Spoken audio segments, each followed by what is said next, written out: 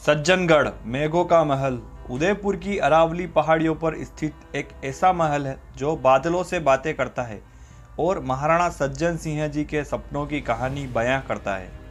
जी हाँ दोस्तों, आज हम बात कर रहे हैं सज्जनगढ़ महल के इतिहास के बारे में, जो कि उदयपुर शहर की सबसे ऊंची पहाड़ी पर बना हुआ है और इसको मानसून पैलेस भी कहा जाता है।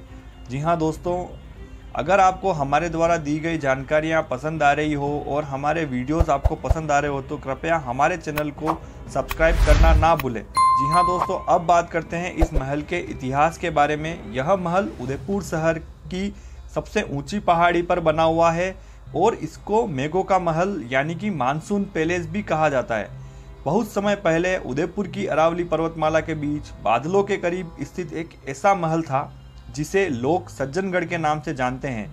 यह महल केवल पत्थरों और दीवारों का ढांचा ही नहीं बल्कि एक राजा के सपनों और उनके दृढ़ निश्चय की कहानी बयां करता है।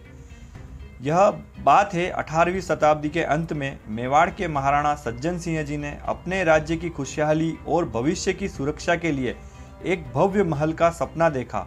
सज्जन सिंह जी न केवल एक बहादुर योद्धा थे बल्कि एक कुशल योजनाकार और प्रकृति प्रेमी भी थे। उन्होंने अरावली की सबसे ऊंची चोटी पर एक ऐसा महल बनाने का विचार किया जो बादलों से बातें करे और उनके राज्य के लोगों के लिए गर्व का प्रतीक बने।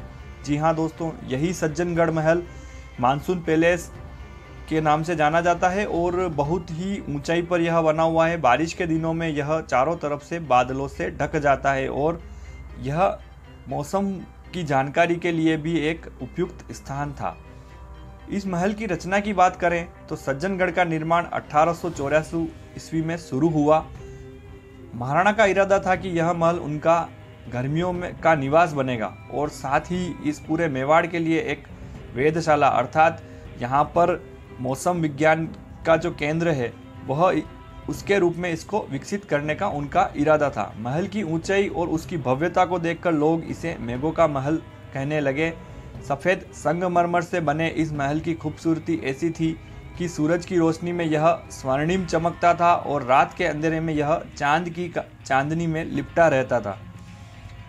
यह एक अधूरा सपना रह गया क्योंकि महाराणा सज्जन सिंह जी की अचानक मृत्यु हो गई और यह महल का निर्माण अधूरा रह गया। उनका सपना जिसे वह अपने राज्य और लोगों के लिए पूरा करना चाहते थे, समय के साथ ठहर सा गया। लेकिन बाद में उनके उत्तराधिकारी महाराणा फतेह सिंह जी ने महल का निर्माण पूरा किया और यह महल बनाया। लेकिन यह महाराणा सज्जन सिंह जी के सपनों के अनुरूप वेधशाला नहीं बन सका जैसा कि उन्होंने सोचा था। आज का सज्जनगढ़ की बात करते हैं तो आज सज्जनगढ़ महल उदयपुर का एक प्रमुख पर्यटन स्थल है।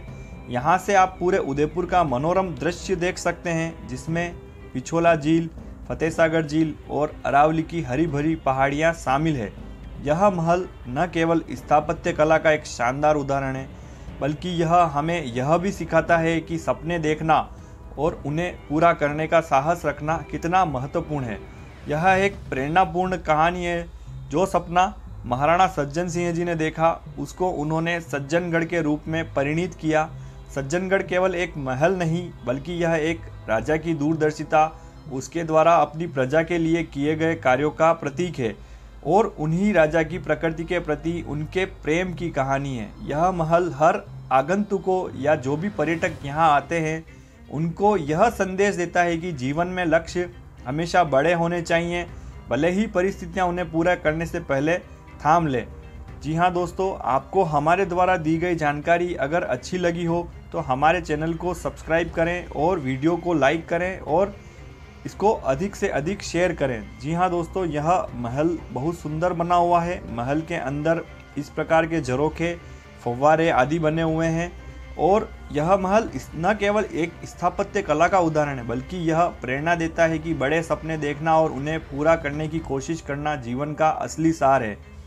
जी हाँ दोस्तों, महल के अंदर इस तरीके के प्रोटोटाइप्स बने हुए हैं जो कि इस महल के साथ लगते हुए सज्जनगढ़ अभयारण्य के बारे में जानकारी देते हैं। यह महल का बाहरी हिस्सा है, बड़ा सा गार्डन बना हुआ है और यहाँ पर एक कैफेटेरिया भी बना हुआ है। बहुत सुंदर जगह है। इस महल से आप पूरे उदयपुर शहर के मनोरम दृश्य देख सकते हैं। यहाँ पर सज्जनगढ़ अभ्यारण्य भी है जिसमें आप ट्रैकिंग का लाभ भी ले सकते हैं। बहुत सुंदर यहाँ के दृश्य हैं। जी हाँ दोस्तों, अब हम आपको उन्हीं सुंदर प्राकृतिक दृश्यों के साथ छोड़कर विदा लेते हैं। मिलते हैं अगली वीडियो में। धन्यवाद दोस्तों। जय हिंद, जय भारत।